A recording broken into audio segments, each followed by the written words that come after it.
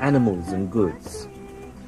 And above, there were rooms for the rich merchants to refresh themselves before another day of haggling. One 10th century traveller talks of the riches and beauties of the bazaars, and that the income of the provinces and localities was between 700 and 800 million dinars.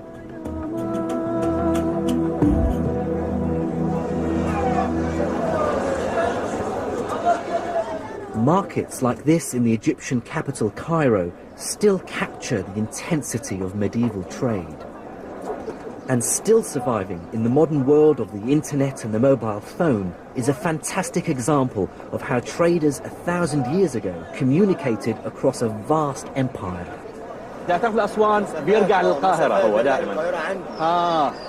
So this is a carrier pigeon, its base is here, so wherever you took this pigeon all over Egypt, it will make its way back to this guy.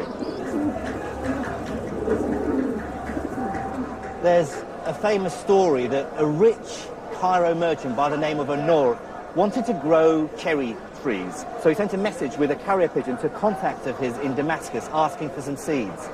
His contact sent back 500 birds, each one carrying a small bag with seeds in it. The whole process took just 3 days. Sort of a medieval FedEx, really. By 700 AD, the Islamic Empire was taking the first steps towards mass production. And in this world where knowledge of materials, metals, and how they're worked became increasingly important, one practice flourished.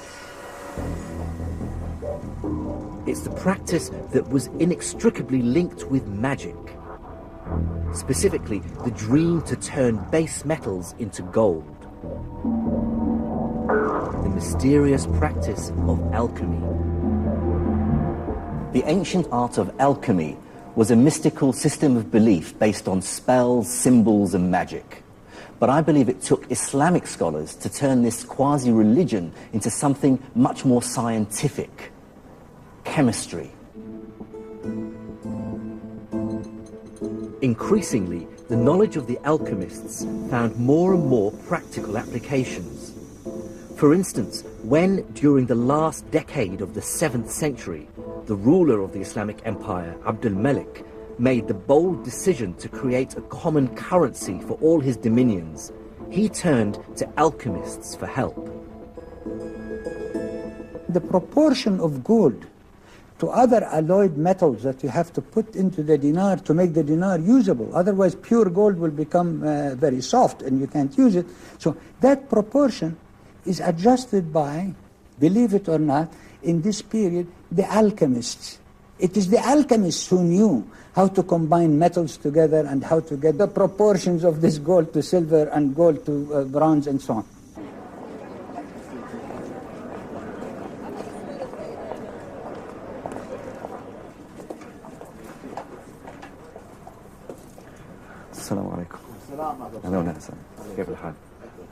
I hunted down tangible evidence of the skill of medieval Islamic alchemists in the old markets in the Syrian capital, Damascus. This is an Islamic dinar. The date of this is 128 after Hijri. So the middle of the 8th century, almost 740s. This 1,300-year-old coin, made of an alloy of different metals, isn't just durable. It's also malleable enough to be inscribed with intricate Arabic writing. No God instead of Allah. Coin making is one of the many examples of how the practical needs of a booming economy began to turn the magical practice of alchemy into modern chemistry. What's striking about chemistry in the medieval Islamic world is the sheer quantity of manuscripts that deal with the subject. There are literally thousands that survive, dealing with subjects as varied as metallurgy, glass making, tile making, dyeing, perfumery, weaponry. There's even a description on how to distill alcohol. All this activity clearly points to a bustling economy, with consumers, soldiers, engineers, architects, all demanding innovation and all demanding new technology. A great example of applied chemistry in the medieval Islamic world was the manufacture of soap.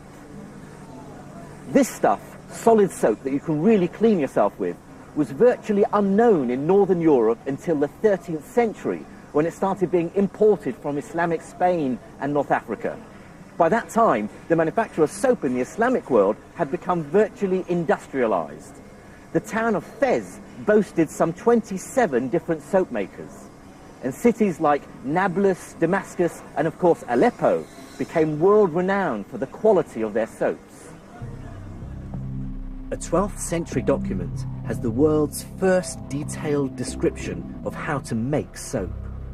It mentions a key ingredient, and it's a substance that became crucial to modern chemistry, an alkali. Now, alkaline substances are crucial to soap making, but what's interesting is that our word alkali derives from the Arabic al-qali, which means ashes. That's because back then, alkalis were manufactured from the ashes of the roots of certain plants like saltworts.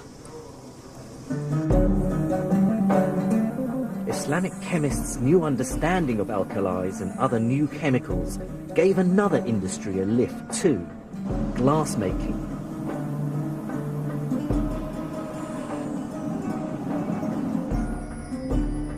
The Islamic chemists discovered that they could change the color of glass using newly discovered chemicals like manganese salts.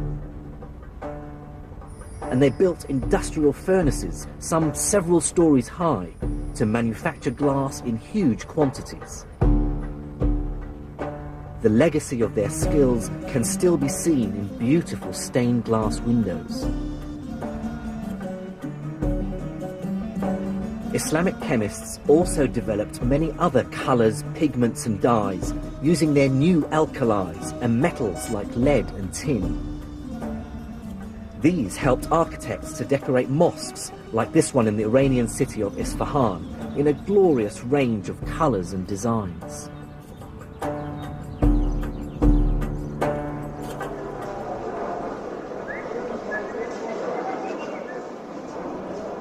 Chemistry was also driven by the booming market in perfumes. In the main market in Damascus, traders still make up your favorite scent as they would have 1,000 years ago. So it basically has a base of alcohol, and then he adds to it the oils from the plants that we want. Jasmine and rose water and mint, but these days they'll use. Very nice. Yeah, I think I'll buy some of that.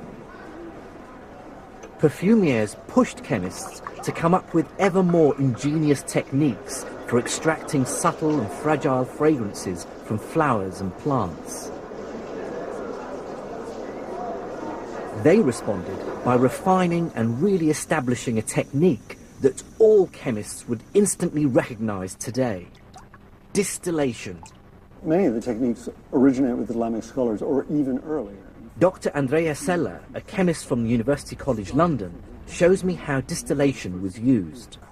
Distillations would have been done in devices sort of related to these. This is what's now called a retort, and we don't really use them anymore. But retort comes from the word to bend. In other words, a flask which has been bent over, and that's crucial. Well, many of the techniques... The shape means that a gas produced in the flask is forced to condense in the spout, and it's the main way of extracting